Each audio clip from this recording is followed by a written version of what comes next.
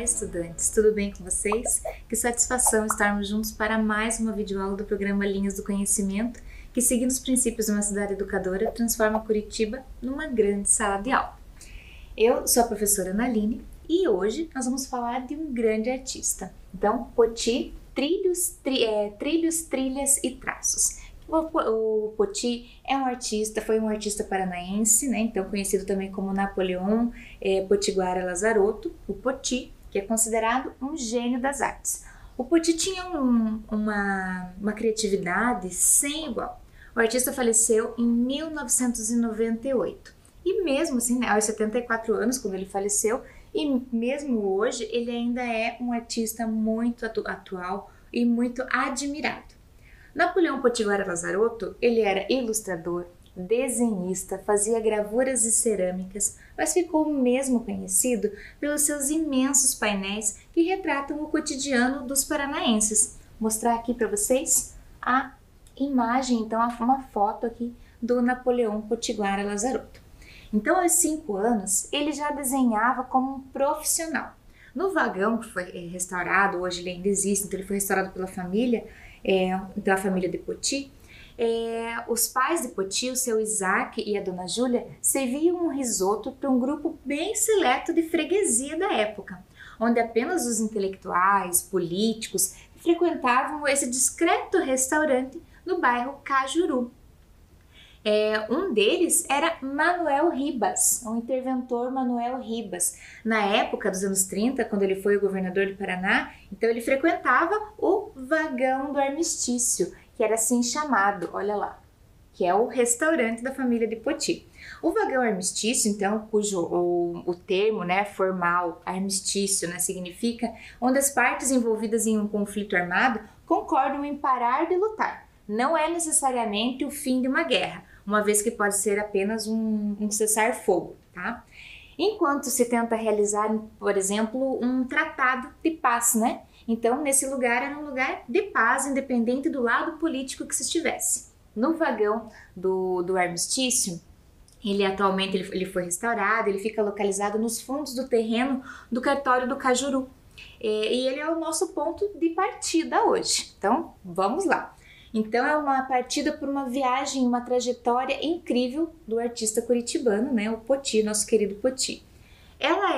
Esse vagão, ele é bem preservado, né, ele é bem cuidado, é uma casinha, na verdade, uma casinha amarela. Ela era maior, mas com a ação do tempo ela foi diminuída para ser, inclusive, restaurada. E ela tá lá nesse terreno, então, que foi comprado pelo avô de Poti, quando ele chegou da Europa, né, da Itália, na rua em que hoje é chamada de Avenida Afonso Camargo. E no século passado, ela era conhecida como a Avenida Capanema. E lá estão, né, até hoje as marcas do pequeno artista, porque ele ilustrou os momentos em família, brincadeiras de infância, passeios na linha do trem, a velha carroça que ficava em frente à casa e até os pratos que eram preparados pela mãe. Então, se vocês observarem aqui, todas essas imagens que tratam do cotidiano, elas ficam até hoje expostas no teto do vagão. Então, o vagão ele é arredondado em cima, né, na entrada. Depois que você entra no vagão, você consegue ver que ele tem um formato arredondado, como um vagão mesmo. E aí os desenhos que ilustram as brincadeiras da época, aqui a dona Júlia, a mãe de Poti, cozinhando e tantas outras imagens que ele registrou naquela época. Então, dos anos 30 aos 60, o Vagão do Armistício, então, que era esse apelido dado à cantina da família Lazarotto, foi um ponto de encontro para artistas, para pessoas políticas, pessoas importantes. E uma das curiosidades sobre o local é que ele marcou a gastronomia e a cultura curitibana na primeira metade do século. Então, olha lá. Então aqui tem muitas pessoas já que estavam lá, as pessoas convidadas da época que estavam visitando o vagão, né, para se deliciar com vinho, com o risoto da dona Júlia, né, da mãe de Poti, a dona Júlia Lazarotto. As normas. No barracão havia só, como vocês podem ver, uma mesa. Ela servia, acomodava mais de 45 pessoas essa mesa. Se lotava, o seu Isaac, que era o pai de Poti, ele puxava uma mesinha ali da cozinha, ao lado do fogão a lenha, ou numa antessala grande que havia lá, só não podia chegar de surpresa. O risoto ele era servido pontualmente às 19 horas. Era feito com uma espécie de um molho pardo de moelas e os pedaços de frango vinham assados à parte. Então, tinha também a polenta e o vinho especial. A galinha era criada no quintal de casa. Aqui a gente tem outra imagem, então, olha lá, o Poti ali, né? Então o Poti tá em pé atrás, nos anos 50, com um grupo de amigos que estavam reunidos se deliciando com esse risoto, receita especial da Dona Júlia. O padrinho, segundo João Lazarotto, que é o irmão de Poti, em 1937 e 1946, o interventor Manuel Ribas, lembra que eu mostrei para vocês? Vou voltar lá a foto. Olha, o inventor Manuel Ribas, ele não passava uma semana sem aparecer no vagão. E ele trazia a reboque com ele vários outros políticos e burocratas de Estado. Na chegada dele, então, já precedia uma motocicleta. Então, que era o segurança dele, que era o Mário Guerra. Ele trajava lá uma roupa preta, um cap e vinha anunciando que o chefe estava chegando ao Capanema. O vagão, então, como eu falei para vocês, com esse apodrecimento, ele foi diminuindo, né, até que ele fosse reformado e tomasse a forma como ele tem hoje. Então, aqui é essa forma aqui. Mas as janelas e as portas são as originais. E, inclusive, a pintura, né, no teto é preservada do Poti. Vamos seguir adiante aqui, então. Deixa eu passar para vocês. Aqui, então, o seu Poti, que estava em pé na imagem ali, tá até para ver que ele está com um talher na mão, que ele estava comendo risoto também. Essas narrativas, essas histórias que eles contam sobre o nascimento do local são tão deliciosas quanto, segundo os testemunhos, era o risoto da Dona Júlia. Era de praxe nas famílias italianas da época servir comida em casa mesmo e cobrar alguns trocados por isso. Não se fazia luxo, puxava-se uma mesa para fora ou perto do fogão a lenha. Também não tinham o compromisso de servir sempre. Eles tinham dia e hora marcados, previamente combinados, né? Então, de acordo com os relatos do seu João Lazarotto, o irmão de Poti, hoje ele tem 82 anos, então eram esses os combinados. A Dona Júlia resolveu servir o risoto para as pessoas ali e acabou se tornando tradição da época. Na década de 1930, o seu Isaac trabalhava como guarda-freios. Era uma profissão extremamente perigosa, era um kamikaze que andava entre um vagão e outro com os trens em movimento, sujeito a toda sorte de tragédia. Além dessa nata política da época, batiam ponto no local também cantores de rádio, artistas de teatro que visitavam Curitiba. A lista do palco era iluminada. Passavam pela cantina, vocês lembram? Será que vocês conhecem? Hebe Camargo, Cecília Meirelles, sem falar nas damas da sociedade curitibana que iam vestidas como se estivessem em um salão de festas. Manuel Ribas, em uma das visitas, viu os desenhos do Poti Lazarotto e se encantou com o talento do menino que na época tinha só 12 anos. Então o interventor do Estado resolveu investir no Poti e deu a ele uma bolsa de estudos na Escola de Belas Artes do Rio de Janeiro.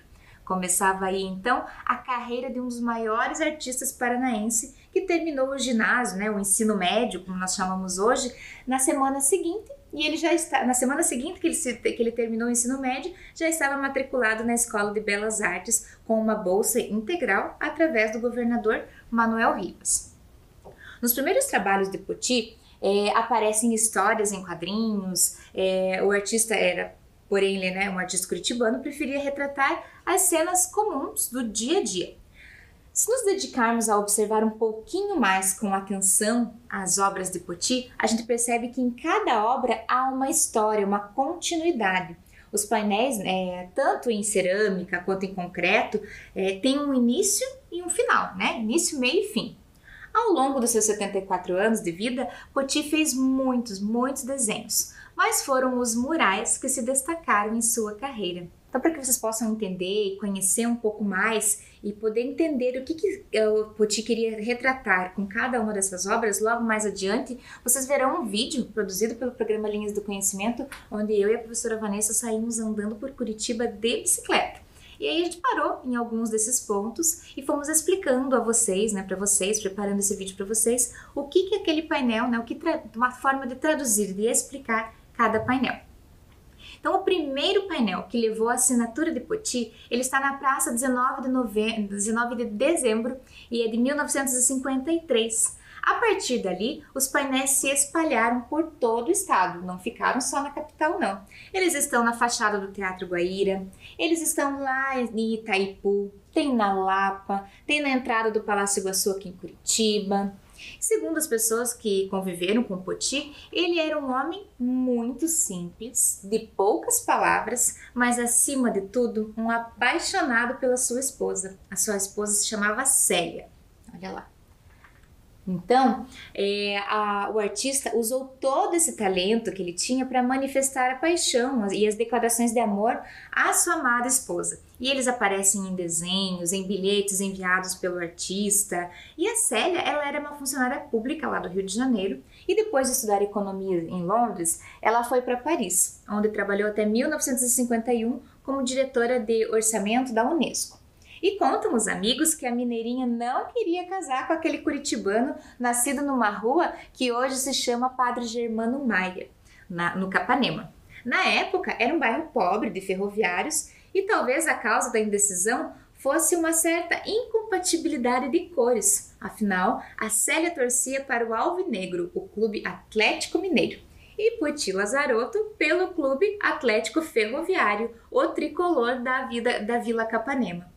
Então, em 1985, né, embora o amor tenha vencido e eles tenham se casado, apesar de serem de torcidas adversárias, eles se casaram e em 1985 a esposa, né, dele, a Célia, faleceu. E Poti começou então a doar parte de seu acervo.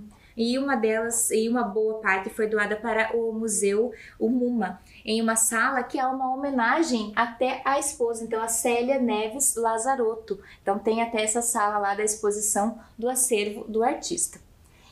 O Poti, além disso, também fez vitrais e estes ficam na Biblioteca da Pontifícia Universidade Católica do Paraná, a PUC. É perto da casa, né, onde morou, em homenagem ao seu pai Isaac. Lá, bem pertinho lá da casa dele, tem uma praça lá, uma homenagem ao pai, que é uma imagem de um guri que caminha na linha do trem, né, um menino que caminha na linha do trem e faz referências a essa profissão tão perigosa do pai, né, que era de ferroviário. Segundo pessoas que conviviam com Poti, ele era um homem então de poucas palavras, apaixonado pela esposa Célia. Durante muitos anos, então Poti Lazarotto, ele trabalhou com desenhos, com gravuras, estilogravura, litogravura. Inclusive, várias delas viraram capas de livros. Entre eles, os livros Iracema, de José de Alencar, Grande Sertão, Veredas, de João Guimarães Rosa, Capitães de Areia, de Jorge Amado, Moby Dick, de Herman Melville, além de várias outras obras de Machado de Assis, do curitibano Dalton Trevisan, e alguns desses trabalhos estiveram na mostra no MON. Olha lá. Então aqui a gente pode mostrar, eu dei um print da tela aqui para mostrar para vocês que vocês podem fazer um tour virtual pela página do MON, onde vocês conseguem observar e aproveitar todas essas obras. E é claro que também super vale a visita. A partir da década de 60, Poti, então, ele intensificou sua arte de muralista usando diversas técnicas, então madeira gravada, lajota, cerâmica, vitrais, azulejos, concretos aparente. E seus murais podem ser vistos, então, né, em Curitiba e no museu, no aeroporto, por exemplo, no aeroporto Afonso Pena, que fica em São José dos Pinhais, na cidade da Lapa, na região metropolitana. Então, seu monumento tropeiro, inclusive, é o portal de entrada da cidade. Em outros locais do Brasil e do exterior, também é possível enxergarmos diversas obras de Poti. Acompanhem comigo agora, então, vou mostrar para vocês esse tour de bicicleta que foi realizado, então, pelo programa Linhas do Conhecimento, para curtir um pouquinho mais de perto e conhecer um pouco mais das obras do artista. Vamos lá? Aqui, onde atualmente funciona o Cartório do Cajuru, encontramos o Vagão do Armistício.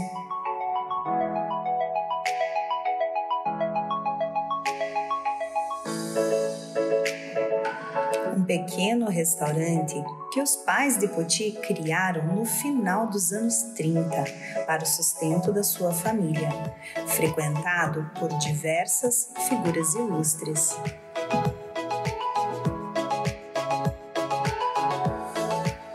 No local, o menino Poti encantava com sua arte e seus belos desenhos, preservados no espaço até hoje.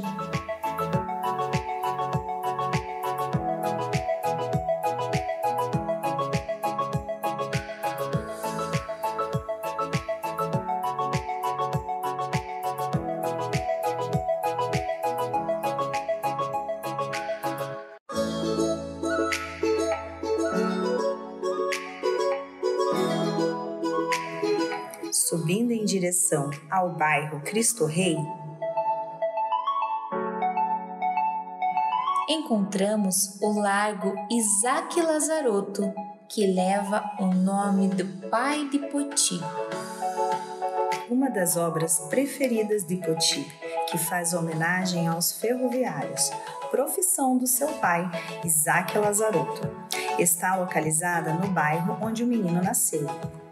O desenho, de forma simples, faz homenagem aos guarda-freios, homens responsáveis por acionar os freios dos trens. O círculo vazado representa o som. A obra pode ser observada em ambos os lados, com perspectivas diferentes. O detalhe em vermelho representa os trilhos dos trens.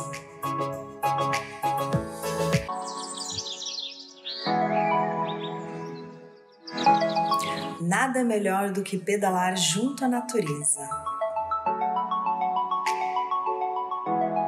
e encontrar esta obra do artista Poti Lazarotto, que representa um escoteiro fazendo rapel. Esculpindo a frase sempre alerta, o lema do escotismo. A obra fica dentro da série deste grupo de escoteiros.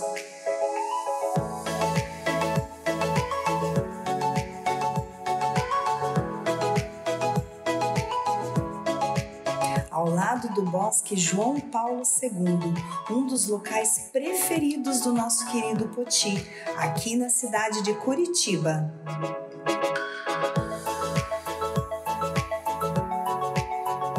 Seguindo por essa charmosa ciclovia,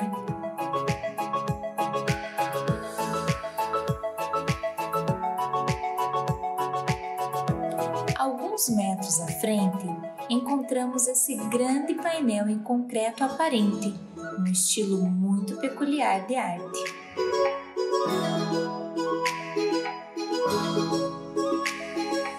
Ele representa o desenvolvimento do Paraná e do povo paranaense, com imagens que trazem figuras de um novo amanhã, e está aqui, no prédio da sede do Governo do Paraná, o Palácio Iguaçu.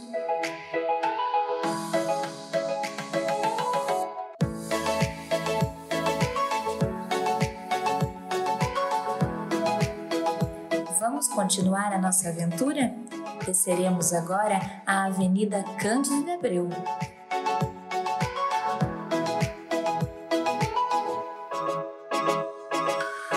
Chegamos à Praça 19 de Dezembro, mais conhecida como a Praça do Homem Nu. Nela há um grande mural de azulejos azuis, o primeiro mural de Poti aqui em Curitiba. Uma homenagem ao centenário da emancipação política do Estado em 1953. e nele estão retratados fatos da história desde os tempos das primeiras explorações do território paranaense.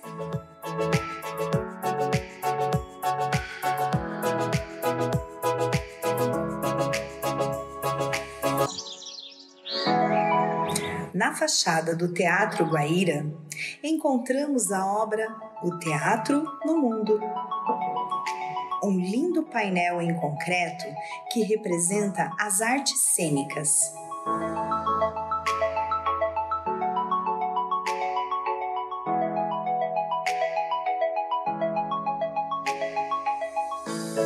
Podem se identificar retratados ali a música, a dança e a dramaturgia.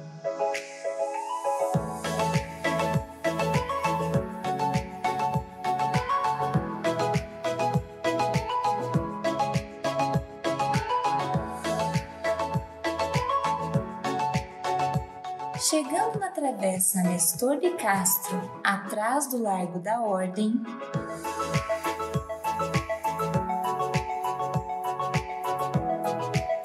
encontramos as obras do Museu na Rua. Esta obra, de 49 metros de extensão, foi produzida para o aniversário dos 300 anos da cidade de Curitiba, misturando as técnicas do painel em azulejos e em painel de concreto em relevo.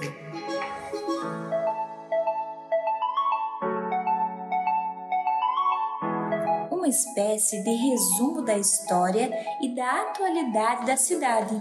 Imigrantes, Gralha Azul, as estações tubo e os principais pontos turísticos. Atravessando a rua, observamos esta obra que nos apresenta a Curitiba da época em que os imigrantes vinham com suas carroças vender seus produtos no Largo da Ordem. Conta-se que Poti, quando criança, acompanhava sua avó na tarefa de vender produtos naquele local. Seguindo em direção ao bebedouro do Largo da Ordem, subimos a rua Claudino dos Santos, onde encontramos mais uma obra em azulejos, O Tropeiro, na qual, ao mesmo tempo em que observamos, estamos sendo observados. A obra é uma homenagem aos tropeiros, condutores das tropas de Muares que passavam pela região há muito tempo.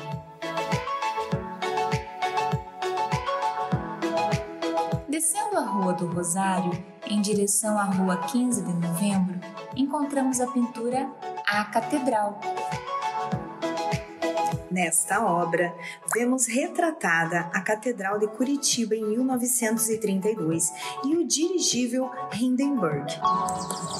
Neste prédio, bem em frente à Praça Eufrásio Correia, encontramos a obra As Quatro Estações. Um imponente painel de concreto com 37 metros de altura, montado na lateral do edifício. Nele estão representados diversos elementos do cotidiano de Poti, como o sol, a locomotiva e o semeador.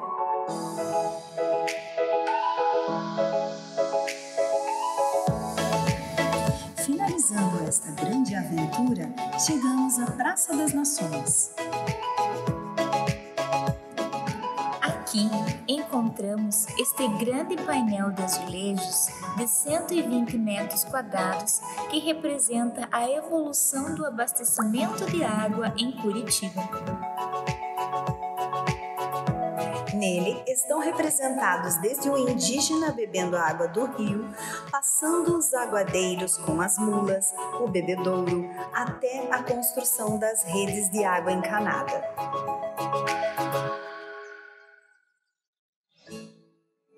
Esta é uma pequena parte das obras deste maravilhoso artista curitibano. E aí, ficaram com vontade de fazer esse tour de bicicleta para conhecer de pertinho as obras de Poti? Então, bora pedalar!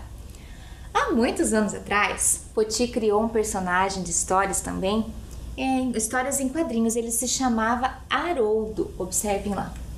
As Aventuras de Haroldo, o Homem Relâmpago. Esse personagem, para que vocês possam conhecer um pouquinho mais, ele foi criado em 1938, muitos anos atrás.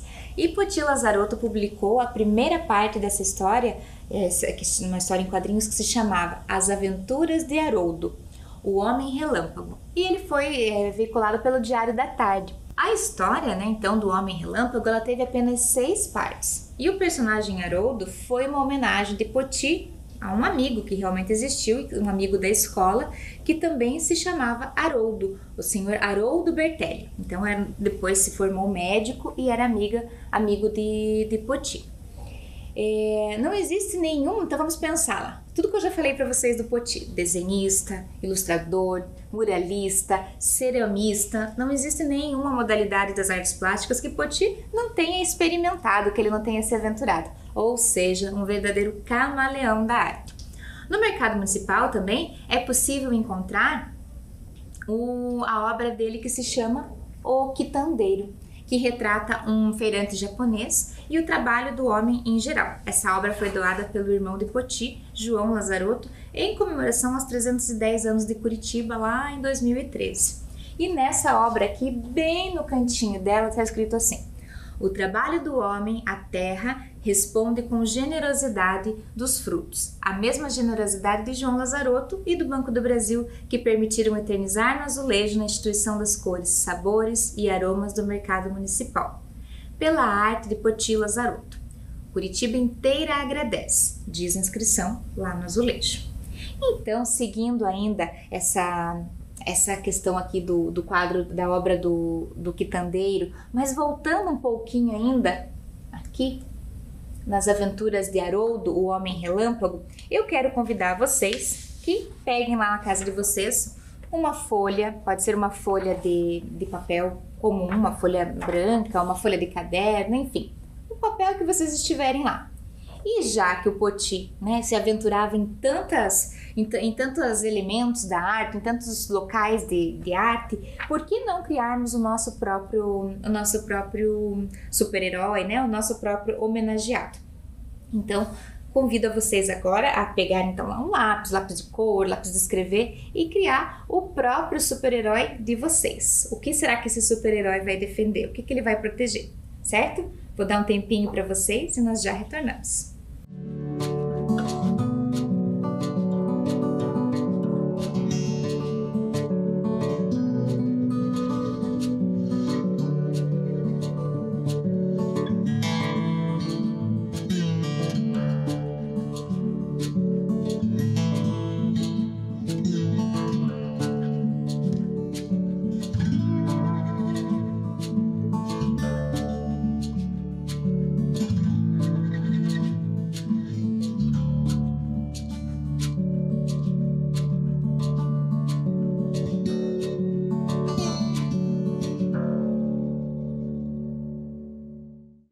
E aí, pessoal, se encorajaram a desenhar e a criar o personagem de vocês? Espero que o Poti tenha inspirado vocês a criarem o melhor, tirar de você o melhor artista que existe dentro de cada um. E também para quem desembarca, então, aqui em Curitiba, pelo aeroporto Afonso Pena, por exemplo, consegue encontrar com um dos murais que se chama A Viagem. Então, a viagem, ela logo chama atenção com essa predominância de cores, né? Então, principalmente em azul. E a obra exibe um contraste com o branco, né? O mapa mundi, os países aqui, todos sendo expostos ali também, eles são representados através de personagens, animais e pontos turísticos famosos. À primeira vista é possível encontrar a Estátua da Liberdade, a Torre Eiffel, também dá até olhando bem, dá para encontrar até o Leonardo da Vinci. Além disso, o mural também retrata o passageiro de Curitiba no canto inferior esquerdo. Observem na imagem ali. Então, esse painel ele observa os possíveis destinos então de viagens e meio de transporte diversos também que estão presentes, como a caravela, um trenó e o dirigível. Esculpindo pedras ou pintando azulejos detalhadamente, Poti deixou sua marca em diversos pontos da capital e isso não é dúvida. Então esses pontos aí em que ele deixou a marca registrada dele é igualmente marcante como foram os anos finais da vida do artista Poti. Então lá na década de 90, os murais em azulejos, então localizados lá na travessa Nestor de Castro, no Largo da Ordem, eles foram produzidos também nos anos de 1993 e 1996 e estão gravados na memória das gerações mais novas. Enquanto o Largo da Ordem é cenário da imigração, ele traz à tona então um imigrante como uma parte indissociável do nascimento da capital. A obra Curitiba e Sua Gente, ela apresenta a contemporaneidade curitibana naquele que é tido como o maior mural cerâmico do Brasil, com cerca de 490 metros quadrados.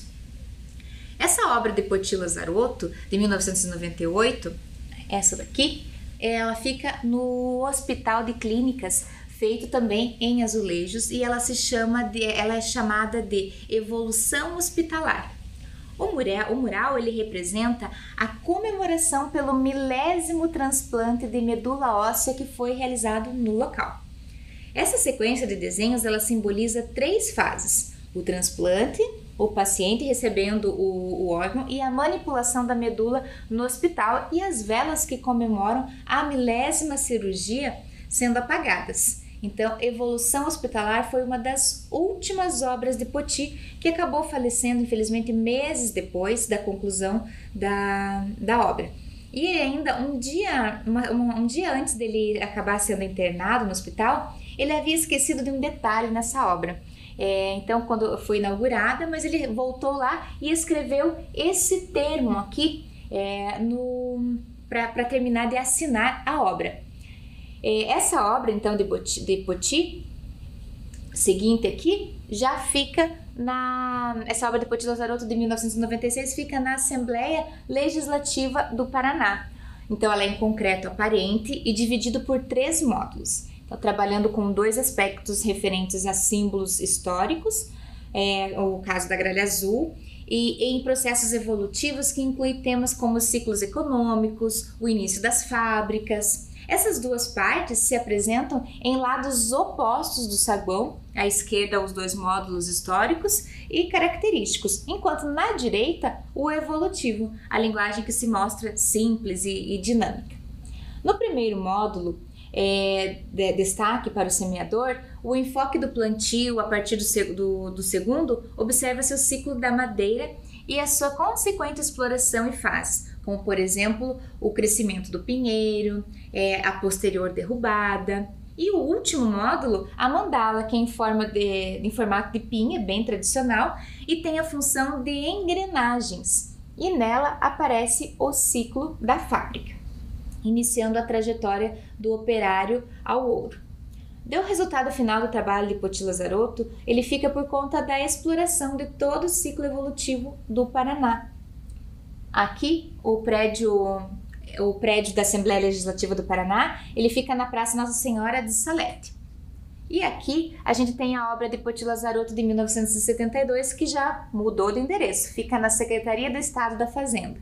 Então ele também é feito em concreto, tem aproximadamente 38 metros quadrados e o título dele é História do Paraná. Como é chamada, conta um pouco sobre o desenvolvimento econômico do Estado, através dos seus 6 módulos aplicados sobre uma estrutura de tijolos e concreto. E ela traz uma grande variedade no relevo e é assim que as imagens vão se formando, divididos então em 6 partes, 3 na frente e 3 no verso. Os painéis da história do Paraná mostram as figuras de tropeiros, de colonos, de pinheiros, símbolos bem típicos do nosso estado e muito presentes nas obras de Poti.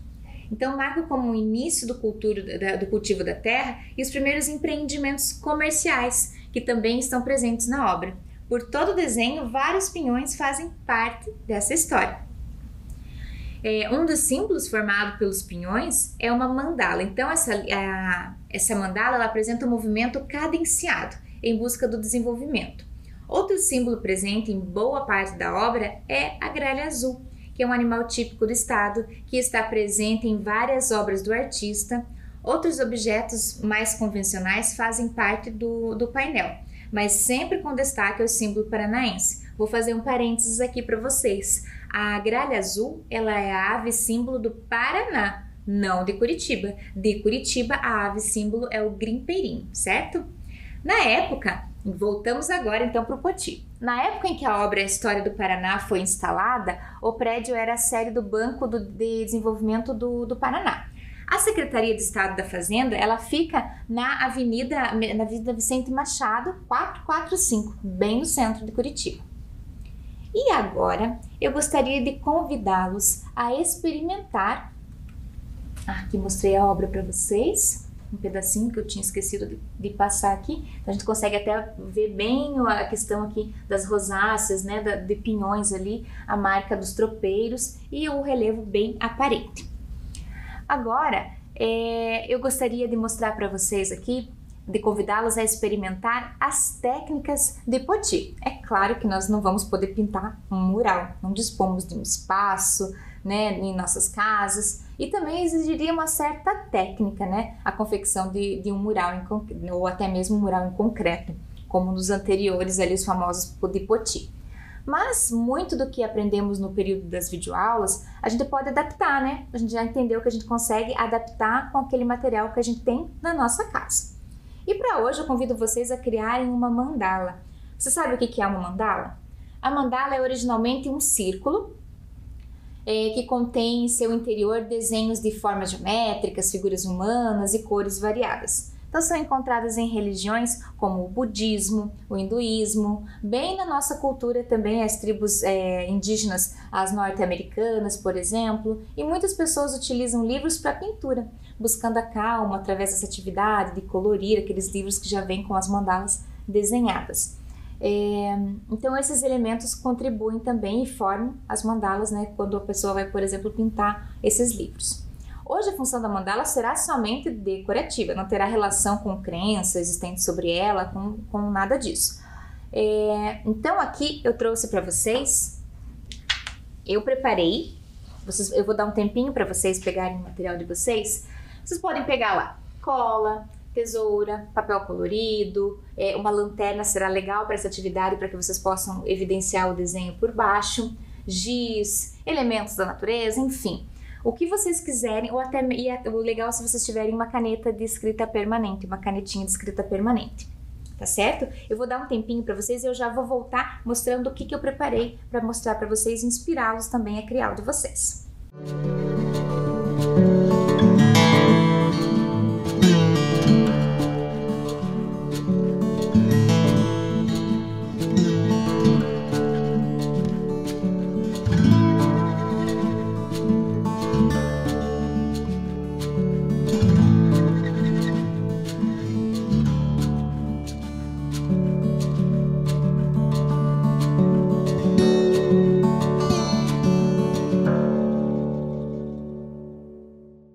Então, pessoal, conseguiram separar todo esse material aí? Então, a gente vai, para vocês hoje eu preparei umas transparências. São materiais até bem antigos isso aqui, né? Uma transparência eu utilizava num aparelho que se chamava retroprojetor. Quem será que lembra? Mas a gente imprimiu, eu pedi para imprimir, escolhi alguns desenhos, algumas imagens e pedi, deixa eu colocar uma folha branca por trás, que eu acho que vocês vão enxergar melhor. E pedi para imprimir aqui, né? Imprimir lá na gráfica aqui os desenhos aqui que eu queria trazer para vocês hoje. Essa imagem aqui são de gralha azul, então, que é a ave símbolo do nosso estado, certo? A segunda que eu preparei para vocês aqui, que ela já está até penduradinha na atividade que eu quero propor, é a árvore do programa Linhas do Conhecimento.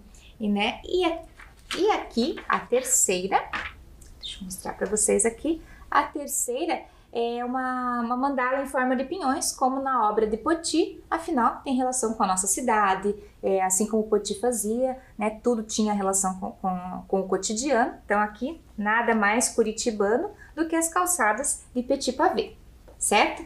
Mas professora, eu não tenho esse material na minha casa.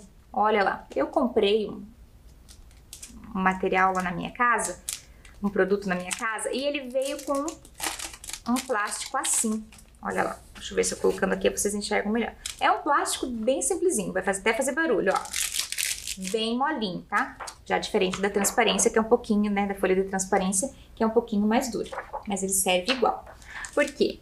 A gente pode fazer a mandala, como eu peguei aqui a árvore do programa Linhas do Conhecimento. E aqui eu tinha um colar bem velhinho na minha casa, que eu já não usava mais. E coloquei e pendurei aqui para fazer uma mandala. A gente pode colocar com os elementos que queremos desenhar, por exemplo, e colocar na janela. Mas se você não quiser fazer a mandala e quiser fazer um vitral, você pode fazer o desenho e fixar na sua janela também. Então aqui eu vou mostrar para vocês, usando esse plastiquinho mesmo, ó, vou aproveitar até que ele tem uma colinha aqui. Vou prender aqui atrás do desenho que eu quero fazer.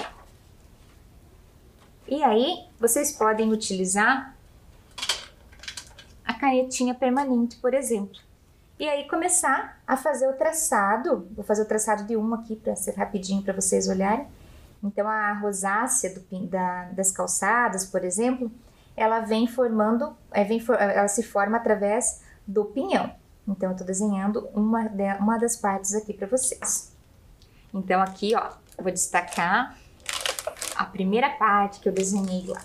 Então eu desenhei um só pinhãozinho que vai formar a rosácea inteira. Então, eu peguei a cópia dele e fiz um aqui. Se eu continuasse todo o desenho, eu teria a mandala inteira formada aqui. Então, vocês podem utilizar e podem fazer vários outros desenhos. Por exemplo, lá, quero me inspirar no Poti, vou fazer um desenho bem pequenininho. Nem posso dizer que é inspirado em Poti, por exemplo, porque o Poti era um excelente artista, né? Eu já não tenho toda a habilidade de desenho que esse artista tinha. Mas se eu quero fazer um vitral, como o da Pontifícia Universidade Católica do Paraná, e quero colocar um vitralzinho lá na minha casa, não quero sujar o vidro, Deus me livre se minha mãe vê o vidro lá, não é mesmo? Então o que eu faço? Coloco através dos plastiquinhos também. Mas voltando aqui à nossa mandala, eu recortei o primeiro círculo aqui, que eu desenhei, então vocês vão seguir cortando o desenho que vocês fizeram. Como eu já preparei essa rosácea aqui, eu vou recortar em volta dela.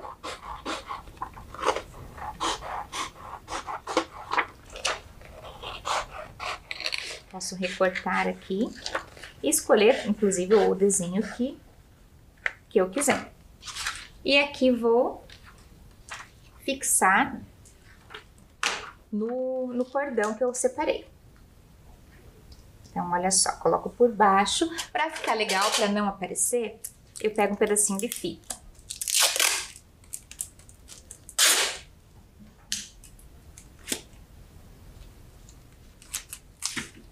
Então, pego um pedacinho de fita e prendo bem aqui. E eu posso colocar, eu posso fixar em um lugar da minha casa, posso colocar até mesmo próximo da janela, como eu tinha sugerido para vocês. E aí fica da criatividade de cada um. Essas calçadas de petit pavé, que aqui a gente tem então também, né, conhecido como o mosaico português, que muita gente não sabe é que além do charme que eles dão aqui para nossa cidade, os desenhos de diversos formatos são cheios de história. As calçadas elas foram criadas por artistas do movimento paranista, lá no começo do século XX. E por toda a cidade é possível encontrar então os diferentes desenhos das calçadas, mas principalmente no centro e próximo a pontos turísticos. Então a gente pode encontrar com mais facilidade.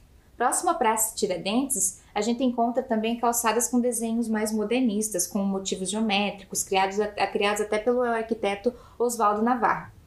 Já na Praça Osório, as calçadas curitibanas tornam-se um charme, desenhadas com esses penhões nas laterais e os desenhos com linhas sinuosas que fazem parte do movimento Arte Nouveau. E o desenho clássico, né, que é muito amado pelos curitibanos, e nós usamos em diversos produtos, até em guarda-chuva a gente consegue encontrar essa rosácea, essa imagem aqui.